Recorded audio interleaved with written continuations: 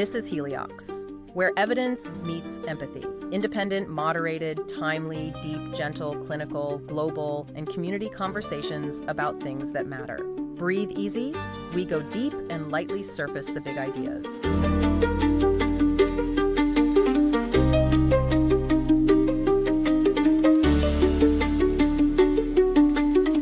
Welcome to the Deep Dive.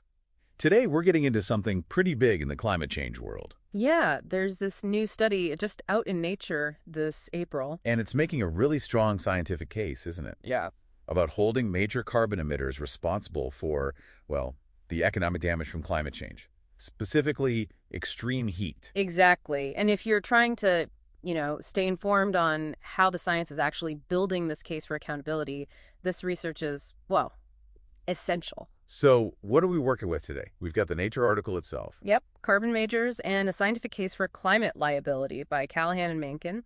Plus, crucially, the full replication data set on AE Dataport. Okay, good. The data's open. And there are some useful summaries, too, from ScienceX, which kind of help frame it all. All right, let's really dig into this then, because the main goal here for you listening is to understand how this study actually connects the dots, how it links emissions from specific big companies, these carbon majors, to actual dollar losses from things like killer heat waves. Right. This isn't just theory anymore. No, it feels like it could genuinely pave the way for, major climate lawsuits, right? That's definitely the implication. This study tackles that huge hurdle in climate law proving causation, the but-for test. But can you really show scientifically that the economic damage from a heat wave wouldn't have happened or would have been way less severe, but for the emissions of Company X? Exactly. And this study argues pretty convincingly, I think, that advances in climate science and economics mean we can now make that connection with much more confidence than before. It's amazing how far things have moved. The study even mentions that question Miles Allen asked back in 2003. Oh, yeah. Will it ever be possible to sue anyone for damaging the climate? And these authors, Callahan and Mencken, are basically saying, based on their work, the scientific case for liability, it's now closed. That's quite a statement. It really is. It hinges on what they call end-to-end attribution. Meaning linking the whole chain from a specific company's emissions through the climate system changes right down to specific economic damages on the ground.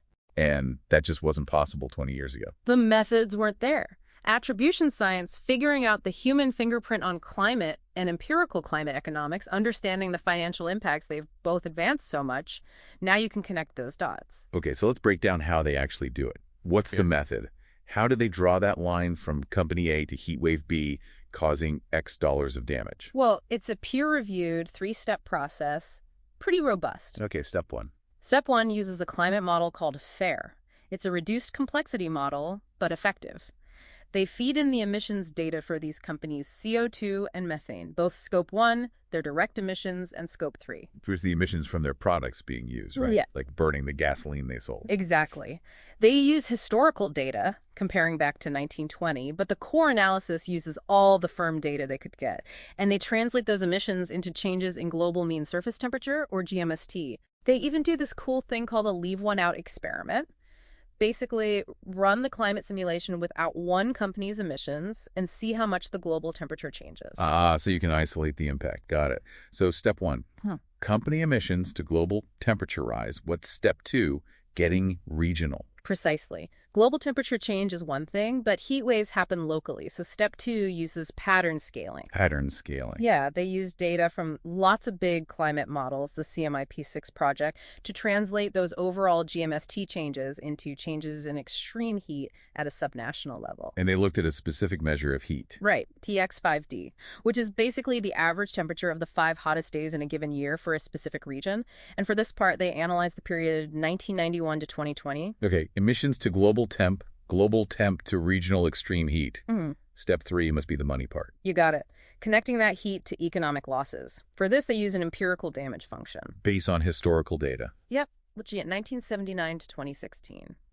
This function estimates how changes in that TX5D metric translate into changes in income specifically.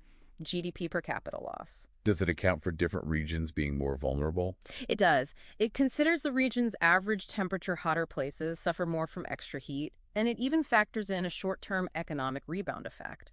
Like an economy might bounce back a bit in the 2, 3 years after a hit. That sounds incredibly thorough. Mm. And they ran lots of simulations to handle the uncertainties, didn't they? Oh, yeah, that's key. They used 1,000 simulations with the FAIR model, and the pattern scaling used results from 80 different climate model simulations. So they're really trying to capture the range of possibilities. And statistically significant, how sure are they? They tested for statistical significance using standard methods, Mm. primarily looking for a p-value less than 0.05. That's a common scientific threshold for strong evidence. Okay. But interestingly, they also considered a p-value less than zero point 0.5, which is sometimes seen as the more likely than not standard in legal contexts. So the level of proof required makes a difference to the outcome. A big difference, potentially, in the amount of loss you can attribute. It highlights how the evidentiary standard really matters here. So after all that complex modeling, what's the headline finding? What's the scale of economic damage they link to these big emitters from extreme heat? The big number is $27 trillion. $27 trillion. In 2020 equivalent US dollars, that's the global economic loss from extreme heat, just between 1991 and 2020, that they attribute to the emissions of the 100 largest carbon majors. Just 100 entities. Wow. Did they name names, like the biggest contributors? They did. They specifically looked at the top 5 investor-owned firms, think Chevron, ExxonMobil, BP, and the top 5 state-owned enterprises like Gazprom and Saudi Aramco. And what were the damages linked to them individually? It must be huge. Staggering. Gazprom was linked to over $1 trillion in losses. Saudi Aramco, over $900 billion. Okay, those are the state-owned giants. What about the investor-owned ones? Chevron was linked to $479 billion. ExxonMobil to $364 billion. BP was lower at $28 billion, using that strict P 0.05 standard. But what if you use the looser legal standard, the P.51? Then BP's attributed losses jump massively to $1.1 trillion. It really shows the impact of that significance threshold. So overall, investor-owned versus state-owned. Pretty evenly split in this analysis. Investor-owned were linked to $13.7 trillion total, state-owned to $13.2 trillion. And how certain are these numbers for the very top companies? Very certain. According to the study, they state the 99% confidence range for the losses linked to each of those top 5 emitters doesn't include zero. Meaning it's almost statistically impossible that they didn't contribute to the losses. Exactly. It strongly suggests their emissions definitely played a role in these global heat-related economic damages. Was this damage spread evenly around the world? Or were some places hit harder? Oh, definitely not even. There's a huge disparity. Where were the worst impacts? The study found annual GDP per capita reductions of over 1% across big areas of the tropics, South America, Africa, Southeast Asia, just from the emissions of those top 5 companies alone. While places like the U.S. and Europe Experienced milder costs from extreme heat during that period, even though that's where many of these companies are based. That really drives home the inequality of climate impacts, doesn't it? Yeah. The study didn't just look at cumulative damage over decades, though. Did it look at specific heat waves? It did, yeah. That's another powerful part of the analysis. They applied the same method to 4 specific, really bad historical heat waves. Which ones? India in 1998, that deadly one. France in 2003, the huge European event. Russia in 2010. And the continental U.S. heat wave in 2012. And could they quantify the role of the top emitters in those specific events? Yes.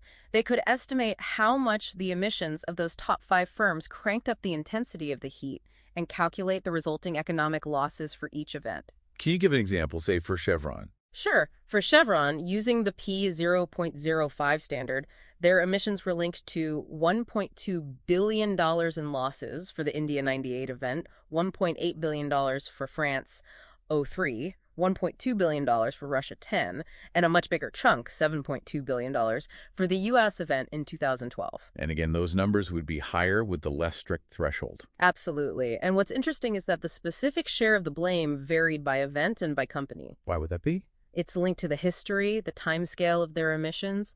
Companies emitting heavily for longer might have a bigger fingerprint on older events, for instance. That makes sense. Yeah. Now, the study also tried to figure out responsibility more generally, right? Not just naming specific companies, but looking at percentages. Exactly. They called it an actor and scale agnostic approach. They asked, what's the minimum percentage of total global emissions, going back to 1850, needed to cause statistically detectable harm from extreme heat? Okay, sort of like a threshold of responsibility. What do they find?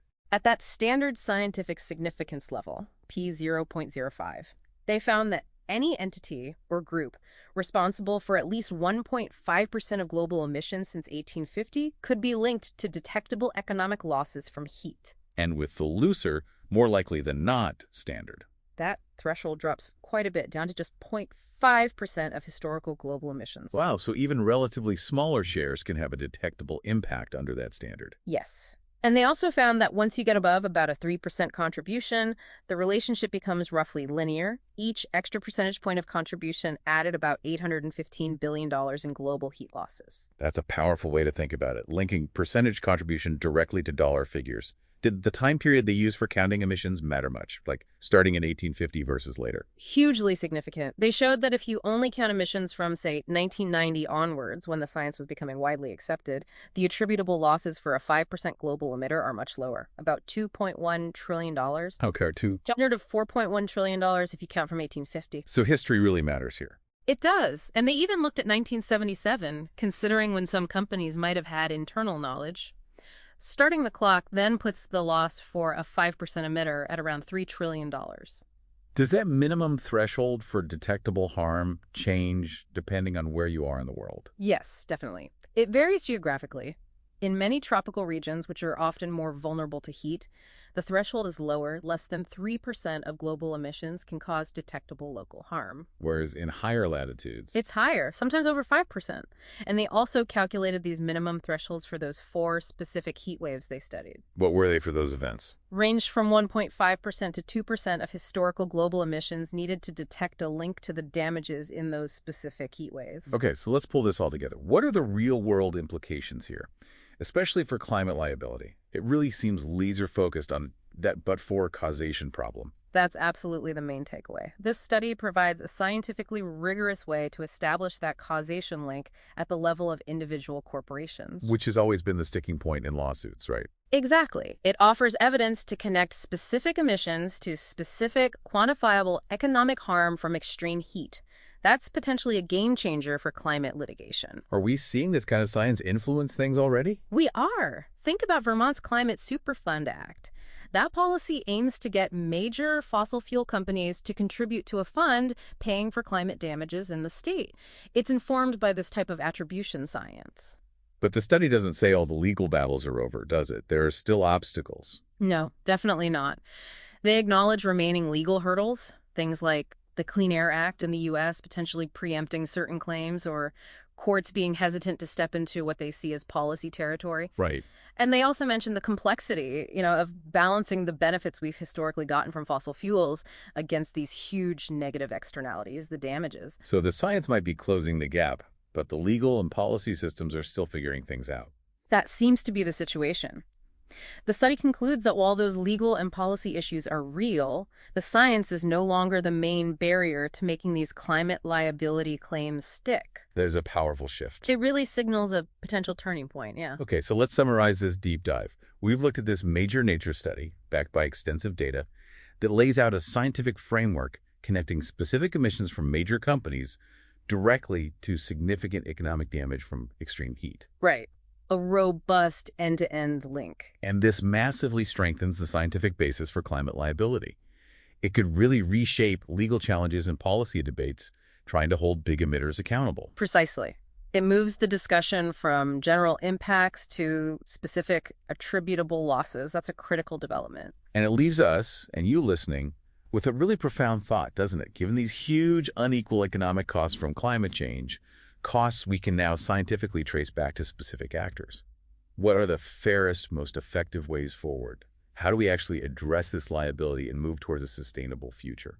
That's the multi-trillion-dollar question, isn't it? It certainly is. If you want to dig deeper yourself, the Nature article and the replication data on IE Dataport are definitely worth exploring.